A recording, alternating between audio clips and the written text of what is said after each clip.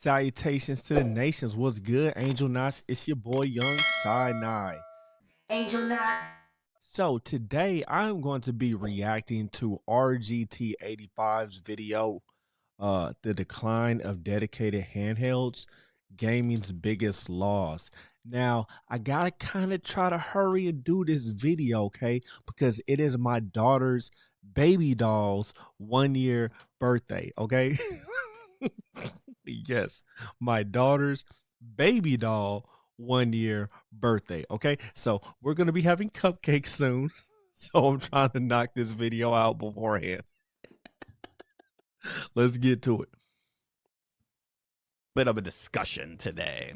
I woke up to a message this morning from my co-host on Analog Allies, Brett. Link in the description box down below. We're live every Thursday at usually 11 p.m. Eastern. But he sent me a Hold on. Before we get started, how cold is this Miles Morales coffee mug? Okay, I got this mug from Marshalls. Okay, shout outs to Marshalls. Y'all need to endorse me. picture and said something along the lines of, look at how far handheld gaming has come.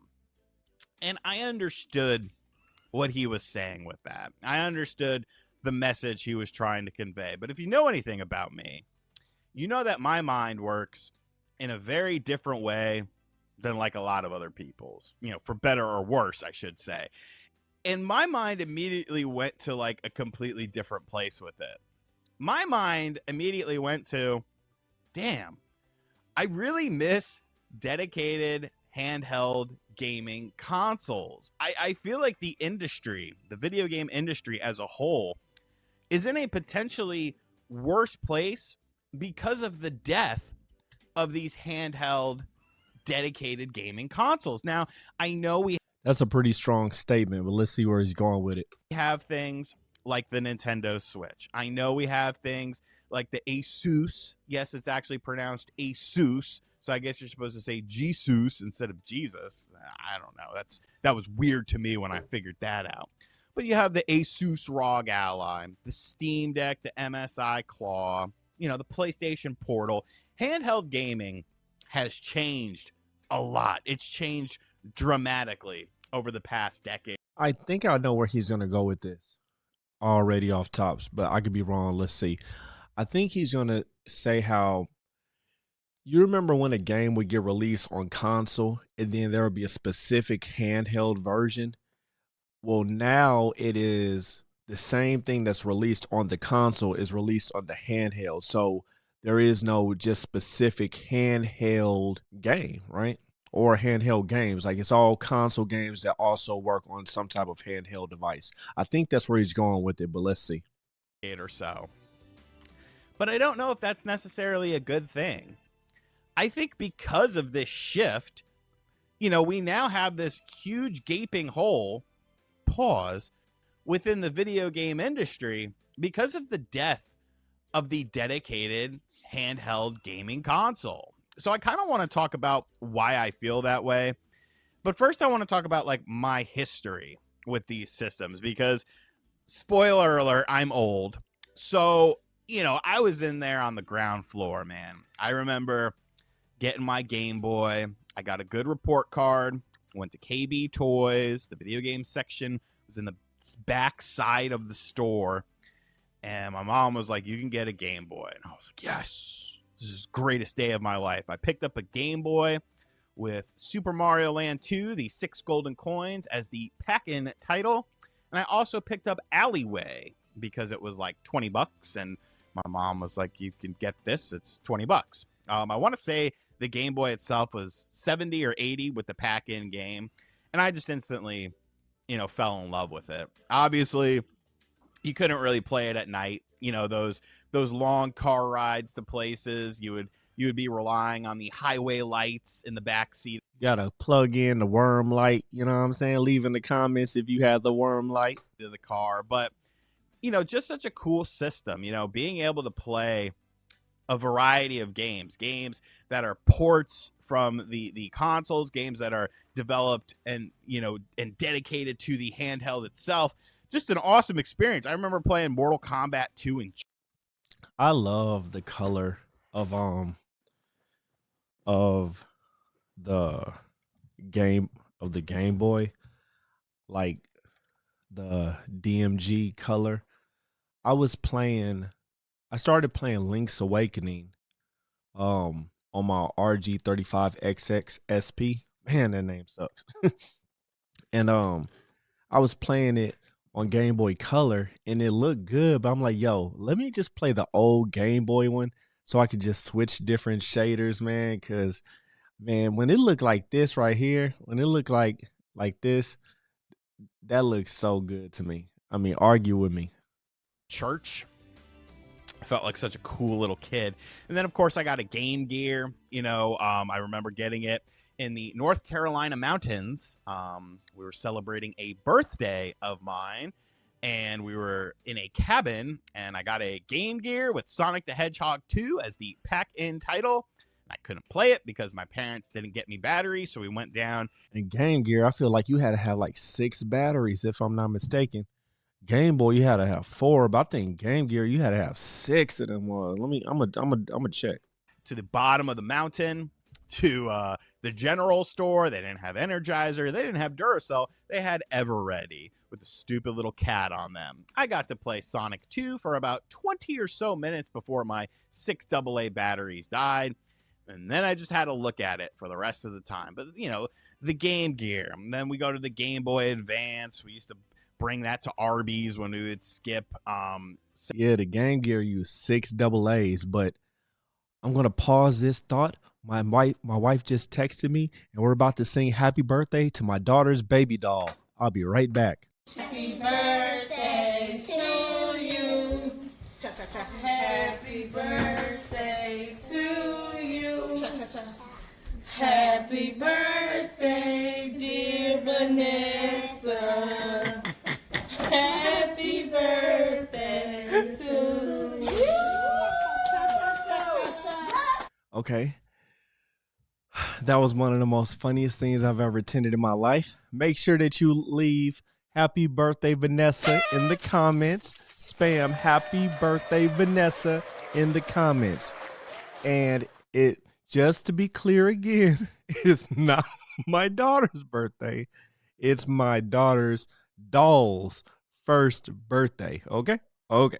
Let's keep going.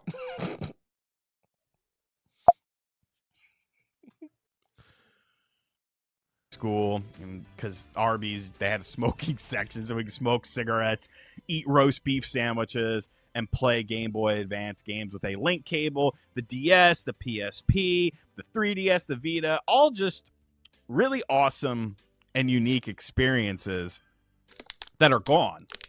They are completely gone, and I don't think they're ever going to come back. I don't foresee one of these big companies ever making a dedicated handheld again, because they've kind of, when it comes to Sony, they've completely abandoned that.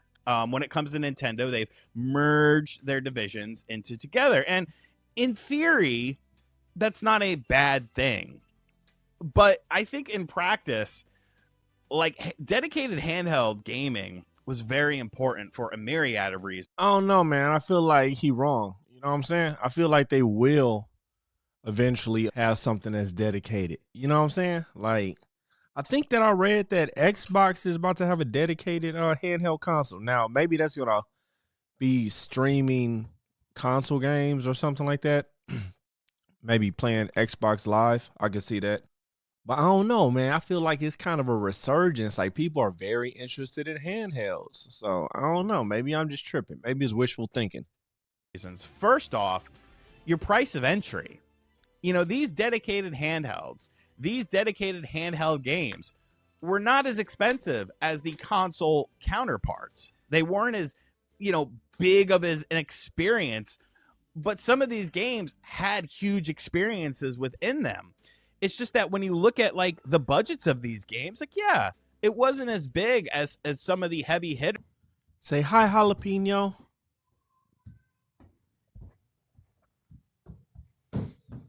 On like the PS.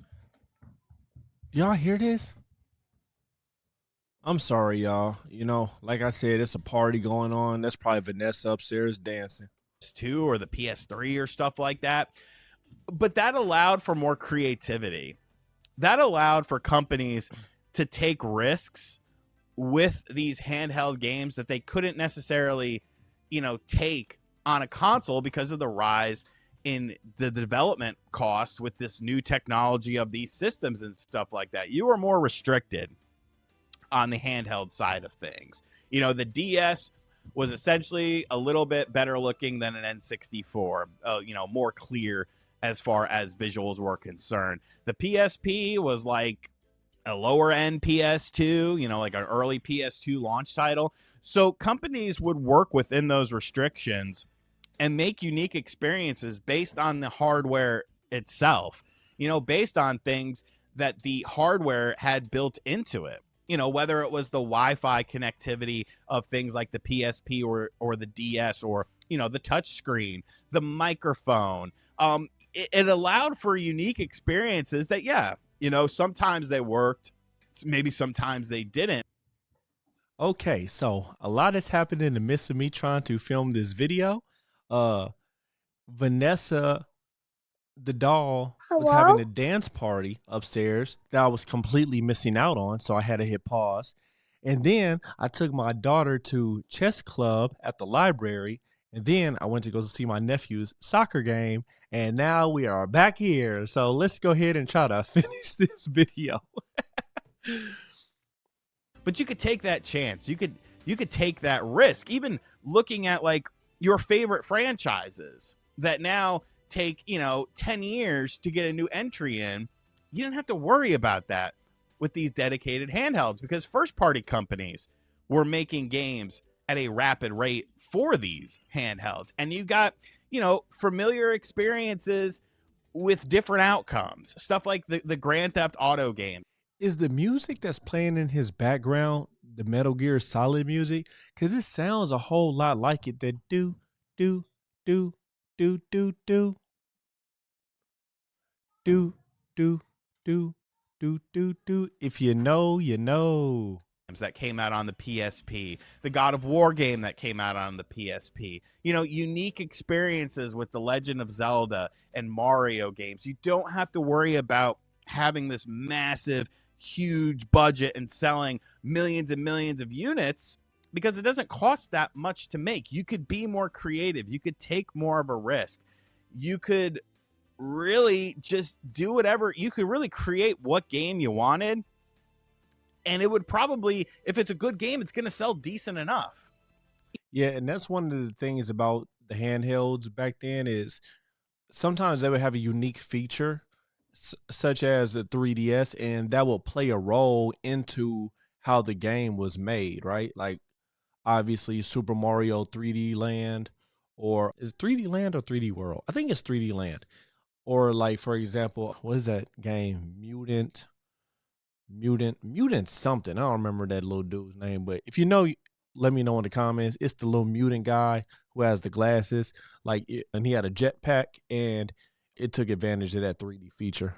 So yeah, those handhelds, if they had like a certain gimmick, like the touchscreen with the stylus and stuff, that's something that can't really be replicated on a console except for something like the Wii U, right? Being able to visit the world of Vice City with like different characters and new mechanics, even something as simple as like Super Mario 64 DS, like adding in those additional characters, adding in 4-player mode.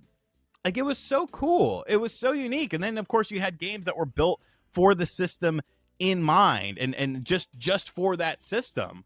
You had a vast library of games, and it felt like there was your favorite franchise was always just around the corner, whether it was with a console version or a handheld version. You had shorter development cycles. You had smaller budgets to take more risks, to really be more sort of creative. And when you look at, how video game distribution is now, we Do you guys think that handheld games were more creative than console games? I don't know. I don't know about that one. do have these lulls, with first party games. And you never really had that before when you had these dedicated handhelds. And yes, like I get it. You have this new wave of dedicated handhelds with things like, the hybrid nature of the Switch and these, handheld mini PCs. And like, they're cool, don't get me wrong, but it's not the same. It's really not the same. Your handheld mini PC is just playing your library of games at a lower resolution. The Switch is probably the closest thing to having something that is a dedicated handheld because of the nature of it. But I still don't feel like it's an How come whenever people talk about there's no more dedicated handhelds? exact replication of that, because you don't have a separate ecosystem. You don't have a separate, cheaper alternative.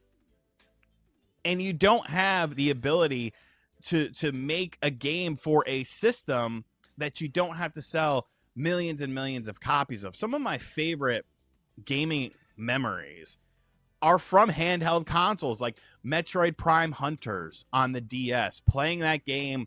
What's your favorite handheld gaming memory? Mine would be playing Pokemon Blue on the school bus. Online for hours and hours and hours. And when you would come across a hacker, we learned that if you ran away from, you couldn't unplug the wireless router that I had in my apartment. But if you ran down the stairs of my apartment and ran down the street, it would disconnect and it wouldn't count as a loss. That's hilarious. So you're going up a trace that you're sniping in the head and they're not, dying or anything like that. You'd run down the stairs. You'd run across the street. You'd wait for that connection to drop. And you're like, hey, I'm not taking an L. I'm not losing this thing. It was just a different time frame. And you could talk about how great these hybrid and mini PCs are. And I mean, you're not wrong, because they are able to do things that obviously, something like this Nintendo DS Lite can't do. But look at how portable this is. This would literally fit in your pockets, even if you're a skinny jeans wearer.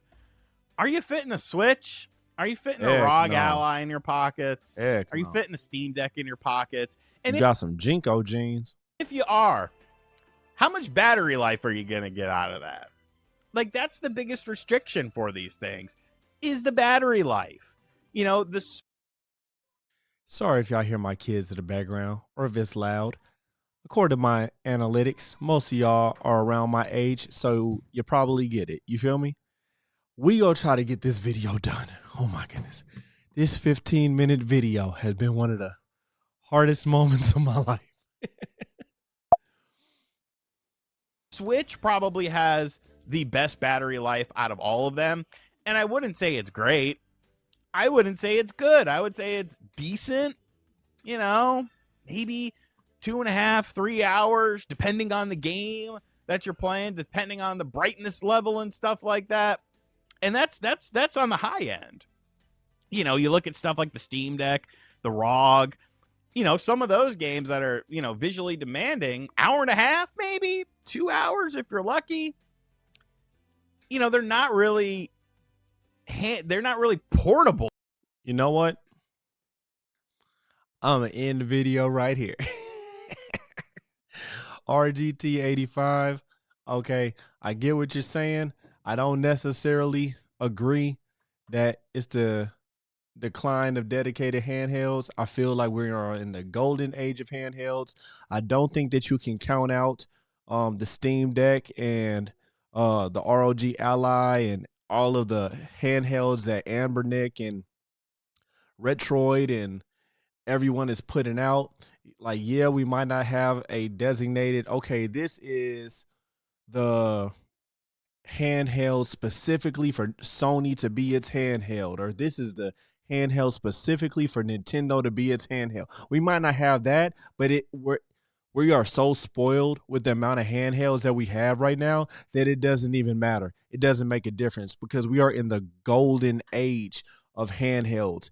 There is a type of handheld out there for everyone right now. We are literally living through the age that we wish that we had as kids. We used to wish, man, I wish I could take my PlayStation on the go. I wish I could take my PlayStation 2 on the go. We are in that right now. So I disagree with the title. All due respect, RGT, 85. I love his videos. I disagree with this. You feel me? It ain't no point for me to keep on trying to watch the video that I disagree with. Meanwhile, I got to keep going upstairs and asking my kids to be quiet. Like, you know what I'm saying? I don't agree with the video. So, with that being said, I'm going to wrap it up. Let me know. Do you agree or disagree? Am I tripping? I don't know. You know what I'm saying? But if you could, please do your boy a solid and subscribe. As you all can see, I'm really trying hard to put this content out. And it ain't as easy as it can seem. You feel me? Just in this one video alone, I done went to a soccer game. I done had a birthday party for a baby doll. You feel me? Like, it's been a lot. You know what I'm saying? But I'm trying my best to get this content out to you guys at the best rate that I possibly can. And shout outs to Lucky holding it down for the editing, But yeah, I appreciate you guys and praise God we just hit, a little bit over 400 subs. So thank you all. And yeah, make sure you hit the notification bell so that YouTube lets you know when I drop something new. God bless. Salutations to the nations. Peace. Angel Night.